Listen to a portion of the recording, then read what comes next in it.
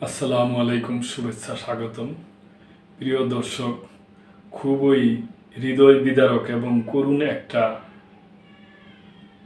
সংবাদ, যে সংবাদরা ফিলিস্তিন, গাজা, ইসরায়েলকে নিয়ে এবং ইউএস এক সেনাবাহিনীও আমেরিকার এক সেনাবাহিনী ইসরায়েলের সৈন্যদের সাথে ছিল।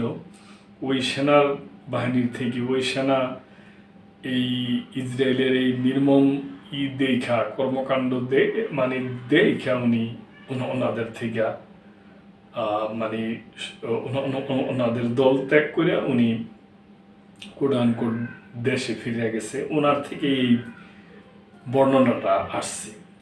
একটা শিশু বারো কিলোমিটার হাইটে আসছে ত্রাণের জন্য। শিশু সংসারে মনে করেন আরো কেউ আছে, তাদের জন্য করব। শিশুটা আইসা 12 কিলোমিটার আইসা ত্রাণ পাইছেও, তারপরে এই ত্রাণ নিয়ে যাওয়ার সময় এই আরো যে যারা ত্রাণ নিছে তাদের বহরে বিভিন্ন কাঁদানি গ্যাস এবং গোলাবর্ষণ করছে। ওই গোলাবর্ষণে শিশুটা মারা গেছে। কঙ্কালসার ওনার শিশুটার গায়ে ছিঁড়া জামা কাপড় পরা ছিল। আমেরিকার ওই শূন্যরই বর্ণনা আর কি। প্রিয় দর্শক, কি বলুম আর এইসব দুঃখের কথা, এগুলা মনে করেন মর্মান্তিক, হৃদয় স্পর্শ করার মতো স্পর্শকাতর সংবাদ। যুগান্তর পত্রিকায় আসছে, 12 কিলোমিটার হেঁটে আসা ছোট শিশুকেও ছাড়েনি ইসরায়েল। অবরুদ্ধ গাজার ছোট শিশু আমির একটু খাবারের আশায় হেঁটেই পাড়ি দিয়েছে 12 কিলোমিটার পথ।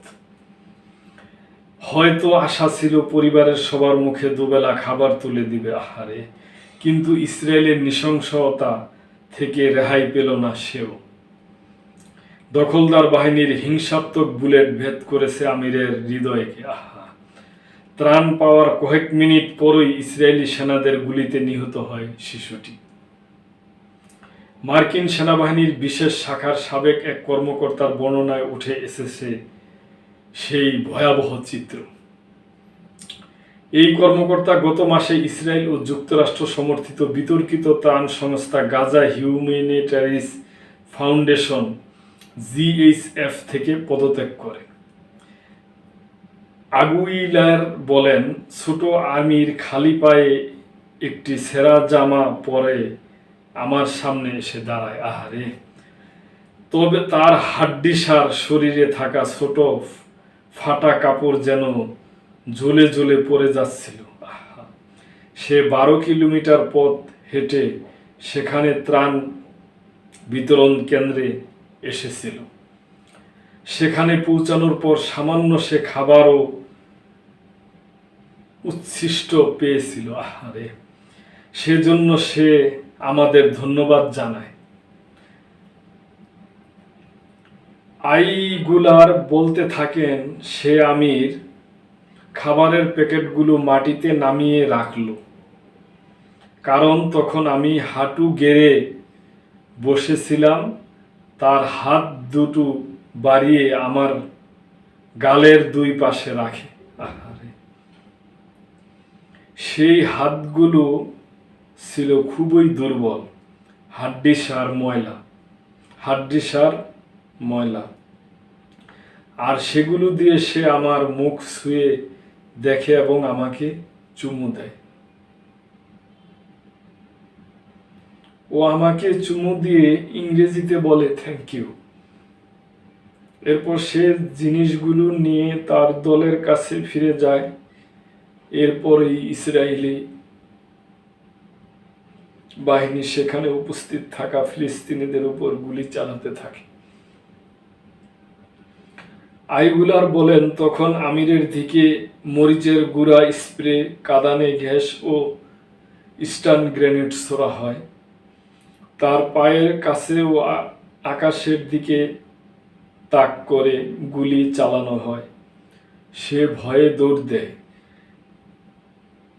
এরপরেই গুলিবিদ্ধ হয়ে একে মাটিতে লুটিয়ে পড়ে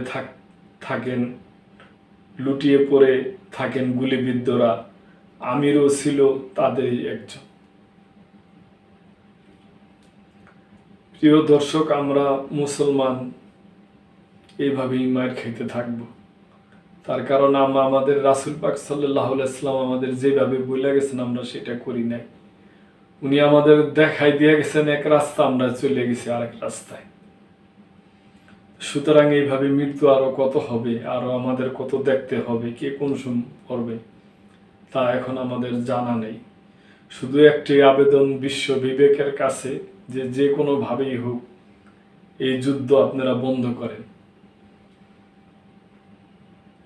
এই যুদ্ধ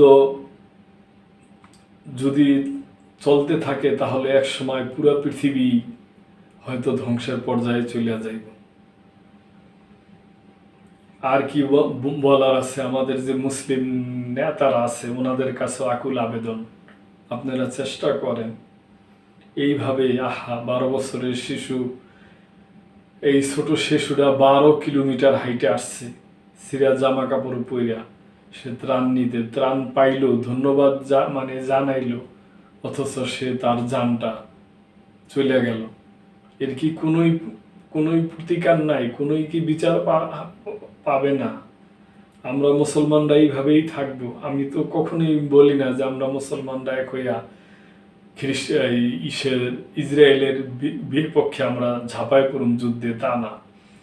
আমাদের তাদের বুঝাইতে হবে যে এইভাবে চলতে পারে না, এটা নিয়ম না, এইভাবে চলা যায় না, এইভাবে চলা ঠিক না, এইভাবে তোমরা চলতে পারবা না, এইভাবে মানুষ মারতে পারবা না, এইটাই বলার। প্রিয় দর্শক, আর কি বলুন, আপনাদের যদি কিছু বলার থাকে তাহলে অবশ্যই কমেন্ট করবেন। আজকে এই পর্যন্তই, ভালো থাকবেন। আল্লাহ হাফেজ।